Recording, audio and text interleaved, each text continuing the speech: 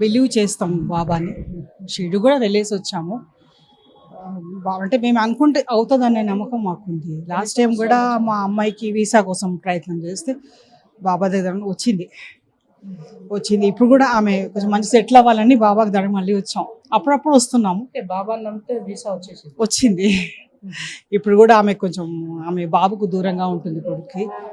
So వాళ్ళు కలవాలని బాబాను ఫ్యామిలీ ఒకతే ఉంటుంది. తను ఇబ్బందిలో ఉంది పాపం, జాబ్ చేసి కొడుకుని హస్బెండ్ మిస్ అవుతుంది. సో వాళ్ళు కలవాలని బాబాని మనస్ఫూర్తిగా ఒప్పుకుంటున్నాం. అంతేనండి, సర్వే జన సుఖినో భవంతు. అంటే అందరూ బాగుండాలి. స్పెషల్గా మా అమ్మాయి పర్సనల్గా అంటే ఒప్పుకుంటాను, కానీ సర్వే జన సుఖినో భవంతు అని అనుకుంటాను ఎప్పుడైనా నేను.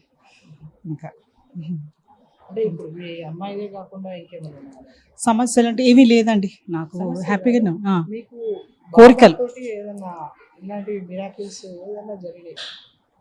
మిరాకిల్స్ అంటేనండి, బాబా షిరిడీకి పోయినప్పుడు ఒకసారి ఒక ఓల్డ్ ఏజ్ అతను వచ్చి మాట్లాడాడు. తర్వాత మళ్ళీ ఎందుకు ఏదో హెల్ప్ చేశారు, గుర్తు రావట్లేదు. తర్వాత మళ్ళీ ఆయనకి వెళ్ళి థ్యాంక్స్ చెప్దామని ఒకసారి ఆయన కనపడలేదు. గుడంతా వెతికాం, అసలు కళ్ళలో నీళ్ళు వచ్చేసాయి మాకు. అసలు ఆయనేనేమో అనేది కొంచెం అనిపించింది. అప్పుడు మా అమ్మాయి కూడా ఉంది మాతో, తనైతే ఏడ్చేసింది ఇంకా బాబా చూసేసి. అది జరిగి మళ్ళీ ఆయన ఎంత వెతికినా కూడా దొరకలేదు. గుడంతా వెతికినాం, దొరకలేదు. అది మాకు జరిగిన మిరకిల్. అంటే అది బాబా కనిపిస్తాడు అంటారు, ఎంతవరకు నిజంగా నమ్ముతానండి. మనస్ఫూర్తిగా మనము నమ్మితే దాన్ని పెట్టుకుని కనిపిస్తాడని నమ్ముతాను. మా ఫ్రెండ్ ఒక ఆమె కనపడ్డాడు ఎర్లీ మార్నింగ్ 3 పూజ చేసి ఆమెకు ఒక లీలా రూపంలో కనపడ్డాడు. నాకైతే ఇంకా ఆ భాగ్యం రాలేదు. కోరుకుంటానండి బాబా కనిపిస్తే, అంతకంటే అది విషయం. ఏమడుగుతారు బాబా? ఏముందండి, అందరూ మంచిగా ఉండాలి, మాత్రం అందరినీ చల్లగా చూడు అంతే. వద్దండి, నాకేం లేదు, నాకు మంచిగానే ఉన్నాను. ఇప్పుడు నా ప్రస్తుతం నా కూతురు గురించి తప్ప నాకు ఇంకేమీ లేదు. సంతోషంగానే ఉన్నాను. పూణేలో ఉంటాడండి, యుఎస్లో. సో అక్కడ కూడా బాబా గుడి ఉంది. బాబు కూడా బాగానే నమ్మకం. వాళ్ళు వెళ్తూ ఉంటారు, అప్పుడప్పుడు గురువారం వెళ్తూ ఉంటారు. బాబా నమ్మి బాబు అమెరికాలో ఉంటాడు. అమ్మాయి ఇప్పుడు రీసెంట్ కెనడా వెళ్ళి 2 years అవుతుంది అనమాట. అది కూడా చెప్పాలని దాకా అనుకున్నాను. మా హస్బెండ్ కూడా చూపిద్దామని. ఇంకా అదే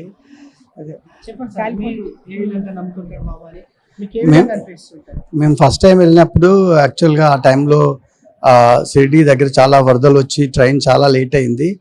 పొద్దునే లేచి దర్శనం చేసుకొని మధ్యాహ్నం 12 గంటలకు ట్రైన్ ఉండేది. సో దాన్ని క్యాచ్ చేయడానికి బయలుదేరితే బస్సులో వస్తున్నాము. బస్సు కాస్త పంచర్ అయిపోయింది, టైర్.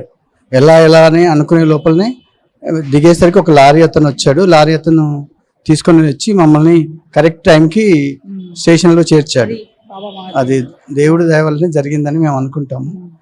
అలాగే ఎప్పుడు వెళ్ళినా కానీ మాకు మంచి దర్శనము మంచిగా అవుతుంది. మాకు ఏ అవసరం ఉన్నా ఏదైనా భగవంతుని ప్రార్థిస్తే మాకు అన్ని సరిగ్గా జరిగిపోతాయి. ఓకే సార్, మేడంకి బాబా కనిపించిందంట, మీకు ఎప్పుడు కనిపించింది? అంటే డైరెక్ట్ కనపడలేదు, మేము అందరం ఉన్నాం, ఫ్యామిలీ అంతా ఉన్నాం.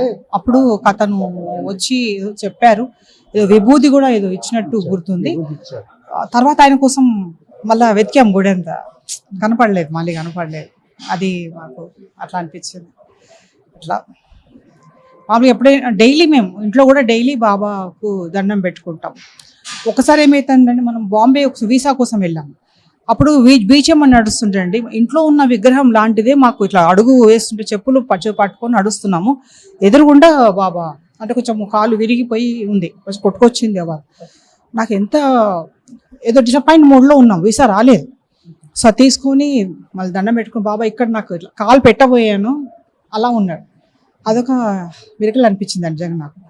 ఆ విగ్రహం తీసుకొని మళ్ళీ దండం పెట్టుకొని మళ్ళీ అక్కడ నిమజ్జనం చేసేస్తాం మళ్ళీ సముద్రంలో. ఇంకా అదొకటి, ఇంట్లో ఉన్న విగ్రహం లాంటిదే నా ముందు పడుతుంది మన బాంబేలో బీచ్లో.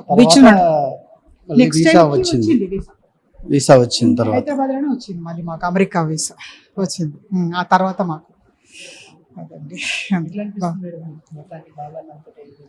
మంచిగా ఉందండి, మంచిగా ఒక తృప్తి, సంతోషం అనిపిస్తుంది మాకు, మనశ్శాంతిగా అనిపిస్తుంది. ఇప్పుడు ఏదైనా బాధ అనిపించినా కూడా బాబాని పెట్టుకుంటే ఒక పీస్ఫుల్ అనిపిస్తుంది, నాకు పీస్ ఆఫ్ మైండ్ వస్తుంది, మనశ్శాంతిగా ఉంటుంది.